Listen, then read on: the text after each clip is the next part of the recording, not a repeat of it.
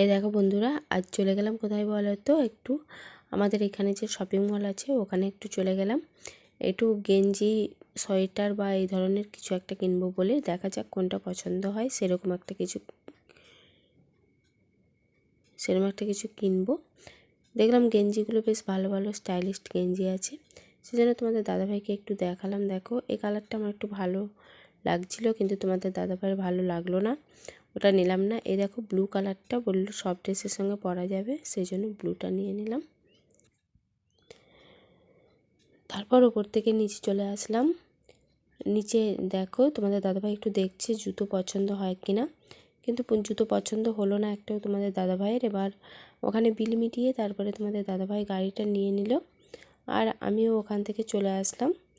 আর দুজনেই দেখো গাড়িতে চেপে এবার বাড়ি চলে আসলাম।